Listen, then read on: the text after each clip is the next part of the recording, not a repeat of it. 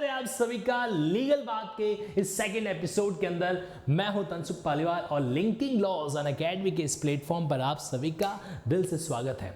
देखिए, लीगल जानकारी, कानूनी अवेयरनेस जो है ना, वो लाइफ का एक इंपॉर्टेंट पार्ट होती है, क्योंकि कई बार हम लोग नॉलेज की कमी के कारण बहुत बड़ा नुकसान उठा देते हैं। और खासकर जब मैं बात करता हूं सैलरी की ना, तो ध्यान रखना, सैलरी सिर्फ एक शब्द नहीं होता है। सैलरी एक परिवार के लिए उसकी डिपेंडेंसी का सबसे बड़ा फैक्टर होता है। उसके पेरेंट्स की मेंटेनेंस एक इंसान की सैलरी पर डिपेंड होती है। उसके बच्चों की एजुकेशन उस इंसान की सैलरी पर डिपेंड होती है। उसका लाइफ स्टाइल, उसका फैमिली की इकोनॉमिक नेसेसिटी, सब कुछ उस सैलरी फैक्टर पर आता है। लेकिन सोचो ज़रा, अगर वो इंसान जो सैलरी अर्न करता है, सडनली उसके साथ कुछ ऐसा मिसफॉर्चुनेट इवेंट हो जाए, कुछ घटना ऐसी घट जाए कि उसकी एब्सेंट उसकी फैमिली में फील होने लग जाए, तो क्या होगा? मैं बात कर रहा हूँ एक्सीडेंट हो जाने का, डेथ हो जाने का, एक्सेट्रा, और भी कई चीज़। अब कोरोना पैंडेमिक के अंदर हम लोगों ने बहुत कुछ इस चीज़ को फील किया है कि कुछ भी हो सकता है लाइफ के अंदर, और कुछ चीज़ें ऐसी होगी जो हमारे कंट्रोल में भी नहीं होने वाली है। तो आज का एपिसोड कुछ ऐसा ही डेडिकेशन है जितने भी प्राइवेट सेक्टर में डील करने वाले एम्प्लॉयज़ हैं उनके लिए, क्योंकि उनसे जाने अनजाने में एक गलती हो जाती है। और आज के इस एपिसोड का ऑब्जेक्ट बस इतना ही है कि अगर वो इस गलती को, इस मिस्टेक को सुधार लें, तो शायद कहीं न कहीं ये जिस बात पे, जिस लीगल बात का हम टॉपिक डिस्कस कर रहे हैं ना, उसका एक मकसद जो है वो पूरा हो पाए। तो चलिए शुरू करता हूँ यहाँ पर मैं। देखिए, आपको बस इतना ध्यान रखना है कि हमारे देश के अंदर एक ऑर्गेनाइजेशन है जिसका नाम है EPFO, Employees Provident Fund Organisation. ध्यान से सुनना एक एक बात को। EPFO जो है वो 3 तरह की स्कीम चलाता है। 3 तरह का स्कीम जो है EPFO द्वारा चलाया जाता है, जिसके अंदर पहली जो स्कीम होती है वो होती है EPF, एम्प्लॉय प्रोविडेंट फंड। दूसरा एक जो स्कीम होता है, कहीं न कहीं उसको कहा जाता है EPS, एम्प्लॉय पेंशन स्कीम। और एक थर्ड पार्ट होता है EDLI, employ deposit link insurance scheme. आप में से कई लोगों को ये पता होगा कि हाँ, इस तरह से 3 स्कीम जो है चलती है। लेकिन क्या आप लोगों को ये पता है कि ये जो स्कीम है, इसके अंदर जनरली एम्प्लॉयर जो है वो 15,000 तक, यानी कि ऐसे एम्प्लॉयज़ जिनकी सैलरी 15,000 तक है, अप टू 15,000, उनको तो कवर करवा देते हैं, उनको कवर करा देते हैं। और बाकी के पॉइंट ऑफ व्यू से, बाकी के जो एम्प्लॉयज़ हैं जिनका सैलरी 15,000 से एक्सीडिंग है, जनरली वो उनको कवर नहीं करवाते। जनरली बात कर रहा हूँ मैं, सारे ऑर्गेनाइजेशन की बात नहीं कर रहा हूँ। सामान्यतः वो क्या करते हैं, सैलरी अगर 15,000 से प्लस है ना, तो फिर उसको EPF के दायरे से, उसकी फॉर्मेलिटी से बाहर रख लेते हैं। इनफैक्ट एक सच जो अगर आप एग्री करो तो शायद आप कमेंट्स में रिप्लाई कर पाओगे कि कई बार कुछ एम्प्लॉयज़ की सैलरी है ना, आप देखना इस फिगर पे मिलेगी आपको 15,500, या ऐसा कोई फिगर जो 15,000 से थोड़ा बहुत ऊपर है। इस फिगर पे आपको उस कर्मचारी का, उस एम्प्लॉय का सैलरी दिखेगा। पता है ऐसा क्यों होता है? इसके पीछे एक रीज़न ये भी रहता है ताकि ये जो PF है, ये जो आपके EDLI है, इनकी झंझट से, इनकी प्रॉब्लम से वो एम्प्लॉयर खुद को फ्री रख सके, क्योंकि ऑब्लिगेशन जो है वो तो 15,000 तक है। ऐसा ऑर्गेनाइजेशन जहाँ पर 20+ एम्प्लॉयज़ होते हैं ना, वहाँ पर EPFO कानून के तहत 1952 का, 1952 का एक कानून बना हुआ है, उसके तहत मैंडेटरी फोर्स है कि इनको EPF की कॉम्प्लायंस करनी होती है। ठीक है? अच्छा, अब सुनना अच्छे से कि जो एम्प्लॉय होता है ना, वो भी खुश हो जाता है। वो सोचता है ठीक है यार, 12% 12% अभी कटेगा, क्या मतलब, यूँ ही मेरे को तो पैसों की ज़रूरत आज है, बाद में पैसा मिल भी जाएगा, 60 ईयर्स की एज पर, रिटायरमेंट की एज में, तो भी क्या मतलब, इससे बढ़िया मैं तो खुद चाहता हूँ कि मेरा कोई PF नहीं कटे।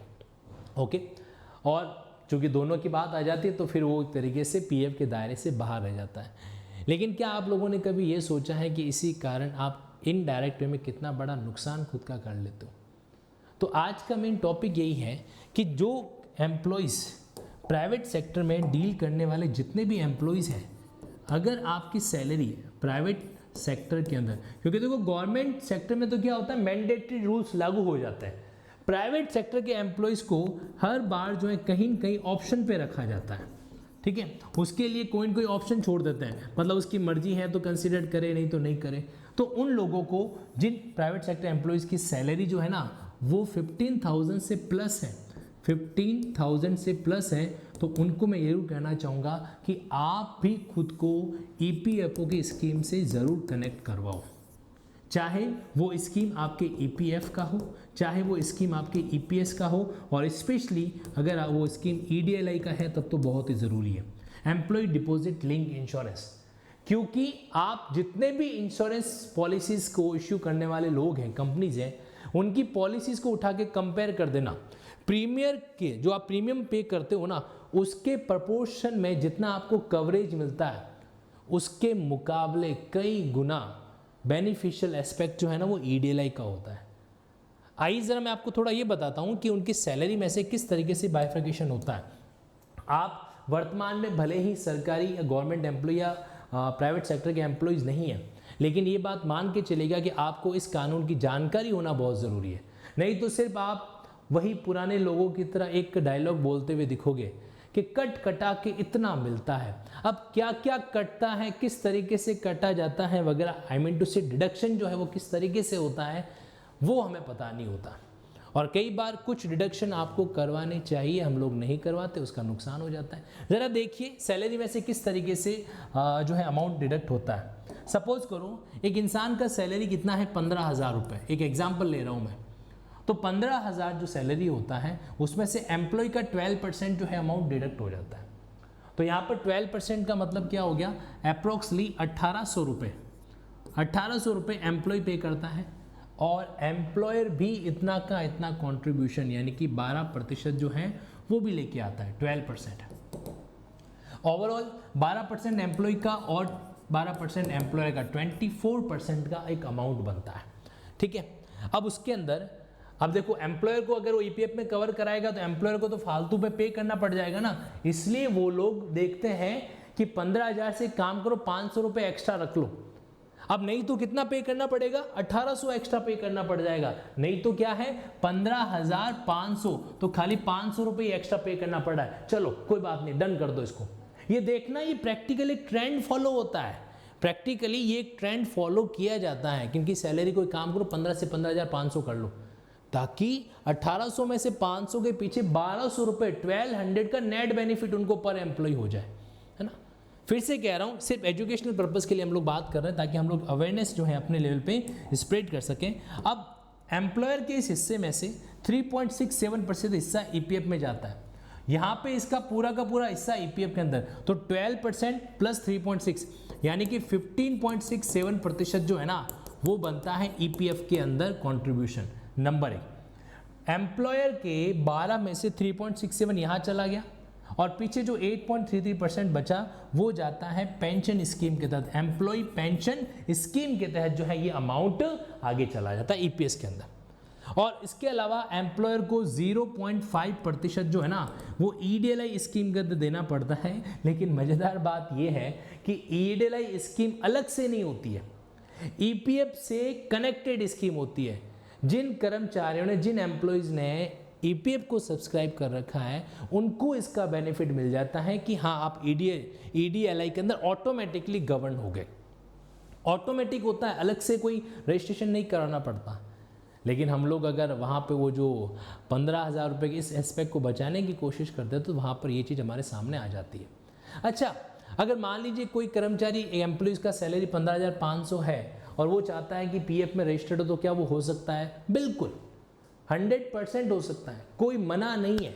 हाँ, उस समय होता बस इतना है कि जो आपको बेनिफिट मिलेंगे ना वो आपकी सैलरी को मैक्सिमम 15,000 मानकर जो है PF के बेनिफिट मिलेंगे, वो एक अलग बात है। लेकिन आप गवर्न इससे हो सकते हो और इसमें किसी तरह का कोई नुकसान नहीं है। तो प्रैक्टिकली देखा जाए ना तो ऐसा होना भी चाहिए। अच्छा, दूसरी बात है कि ये खर्चे जो है 1.1% एडमिनिस्ट्रेटिव चार्जेस या 0.01% EDLI का एडमिनिस्ट्रेटिव चार्जेस, ये भी एक अलग एक्सपेंडिचर रहता है। लेकिन इसको एम्प्लॉय से इसका कोई कनेक्शन नहीं है।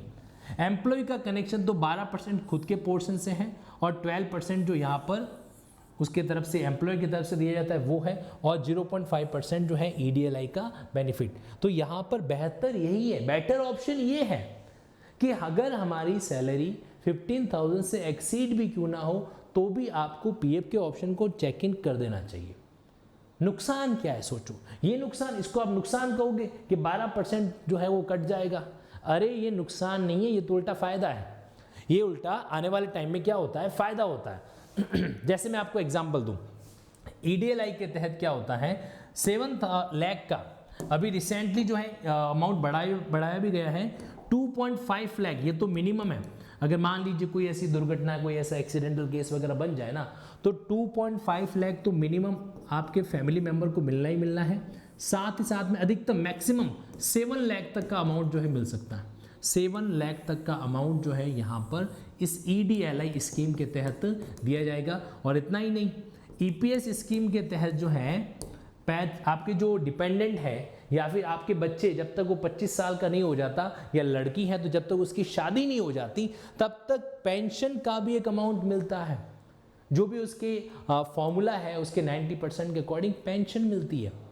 जब भी इस तरह का सीन क्रिएट होता है, डेथ है तो कोई अनफॉर्चुनेटली या कैजुअलिटी होता है, तो ईपीएस के अंदर बेनिफिट मिल जाता है, ईडीएलआई। और जो पैसा आपका ईपीएफ का है ना, मतलब 12% तो आपका और 3.67% एम्प्लॉय, यानी कि आपकी सैलरी का 15.67% जो हर महीने जमा हुआ है ना, वो सारा का सारा ब्याज के साथ में विद इंटरेस्ट आपको दिया जाता है। तो कोई भी नुकसान नहीं है इसके अंदर। तो बेसिकली बात सिर्फ इतनी है कि इवन अगर आपका सैलरी 15,000 की सीलिंग को क्रॉस करता है ना, तो उस केस के अंदर भी आपको ये ऑप्शन चूज करना चाहिए। आपको क्या करना चाहिए, ऑप्शन, क्योंकि एम्प्लॉय की तरफ से सिर्फ एक कंट्रीब्यूशन जाता है, वो जाता है ईपीएफ का। इसके अलावा ना तो उसको ईपीएस में कंट्रीब्यूट करना है, ना ईडीएलआई में करना है। और ईपीएफ के अंदर भी जो कंट्रीब्यूट करोगे वो वापस आपको मिलना ही मिलना है। दैट्स व्हाई तो सबसे बेहतरीन जो ऑप्शन रहता है वो अपने आप में ईपीएफओ है जो करता है। अब एक चीज़ और बता दूं मैं आपको, ट्रांसपेरेंसी भी अगर देखी जाए ना, तो आज के टाइम में एक ऐसा डिपार्टमेंट जो खुद को लगभग ऑनलाइन कर चुका है, कुछ एक एस्पेक्ट को छोड़कर ऑलमोस्ट इसकी सारी चीज़ें जो है ना वो 100% ऑनलाइन मोड पे चलती है। और जब भी कोई डिपार्टमेंट ऑनलाइन वर्किंग करता है ना, आप मान के चलना उसका ट्रांसपेरेंसी जो है वो ऑफलाइन के मामलों की बजाय बहुत अच्छा होता है। जैसे एग्जाम्पल के लिए मैं आपको एक रियल टाइम केस बताऊं, मैं खुद का एक्सपीरियंस भी आपको जाहिर करना चाहूँगा। जैसे सपोज करो मैंने 4 साल तक जो है एक स्टेट पीएसयू के अंदर अपनी सेवाएं दी थी, सर्विसेज दी थी। अब वहाँ पर ऑब्वियस सी बात है जो है स्कीम कौन सा ईपीएफओ का स्कीम जो है अप्लाई हो रहा था, लेकिन उन्होंने सिर्फ पीएफ एग्जेम्पशन था और ईपीएस के तहत मेरा रजिस्ट्रेशन करा रखा, वहाँ पर मेरा कुछ कॉन्ट्रीब्यूशन जो है डिपॉजिट हो रहा था। मैंने सिंगल फॉर्म, एक सिंगल सा फॉर्म सबमिट किया एंड आप यकीन मानेंगे कि विद इन 3 डेज मेरा पूरा क्लेम जो है मेरे बैंक अकाउंट के अंदर आ गया। मुझे ना तो पीएफ ऑफिस के चक्कर लगाने पड़े, ना कुछ करना पड़ा। अब जब ऑफलाइन में किसी से मिलूंगा ही नहीं, तो वो जो एक करप्शन वाला मैटर होता है वो भी अपने आप में हट जाता है, तो आसान सा विड्रॉल यहाँ पर हो जाता है। तो कुल मिला के ऑनलाइन सेगमेंट हो गया, सब कुछ ऑनलाइन करना है, केवाईसी वैसी भी सब कुछ ऑनलाइन रहता है, तो दिक्कत क्या है, कोई दिक्कत नहीं है। इसीलिए बस इतनी सी बात है कि आप लोग भी अगर प्राइवेट सेक्टर के अंदर एम्प्लॉय है या फिर आपके फैमिली में से कोई भी मेंबर जो कहीं न कहीं प्राइवेट सेक्टर का वर्किंग कर रहा है, तो आप उनको सजेस्ट जरूर करें। देखो, हर बार किसी इंसान की मदद पैसों से की जाए ज़रूरी नहीं है। हर बार आप जो है कुछ न कुछ किसी को लोन दोगे, पैसा दोगे तो ही उसकी मदद हो पाएगी, ऐसा नहीं है। नॉलेज वाली जो मदद होती है ना, वो बहुत ज़्यादा काम करती है। नॉलेज वाली हेल्प जो है वो ज़्यादा मैटर करती है। ओके, तो इसीलिए बस इतना ही मैं चाहता हूँ कि आप भी जितने भी प्राइवेट सेक्टर में डीलिंग करने वाले आपके नोन पर्सन हैं, उन तक इस वीडियो को इसलिए पहुँचाएं ताकि वो लोग भी अपनी सैलरी का जो एक डिडक्शन यहाँ पर करके अपने परिवार को सिक्योर कर सकें। अच्छा, इंश्योरेंस जो मिलता है वो तो अपने आप में बेनिफिशियल है ही, और ईडीएलआई के अंदर 1 रुपया का भी प्रीमियम आपको नहीं पे करना है, सिंगल रुपये का भी प्रीमियम वहाँ पर जो है नहीं जा रहा है, और बेनिफिट 7 लाख तक का बेनिफिट आपको वहाँ पर मिल सकता है। तो नो डाउट, इसमें कोई डाउट नहीं है कि ये अपने आप में एक बेहतरीन स्कीम है, खासकर प्राइवेट सेक्टर में डील करने वाले एम्प्लॉयज़ के लिए। तो उन तभी तक ये न्यूज़ पहुंच सके, ऐसी उम्मीद मैं यहाँ पर पाल कर बैठता हूँ, ताकि आप लोग जो हैं एक काम तो यहाँ पर ज़रूर करेंगे, और वो कौन सा, इस नॉलेज को उन तक पहुँचाने का। ओके, और आप भी अगर प्राइवेट सेक्टर में वर्क कर रहे हैं तो आपको भी इन बातों का ध्यान रखना चाहिए। Go and subscribe the EPF, EDLI and the EPS, क्योंकि वो हमारे लिए बेनिफिशियल है, नुकसान नहीं है उससे। क्या नुकसान, कोई नुकसान नहीं होने वाला है।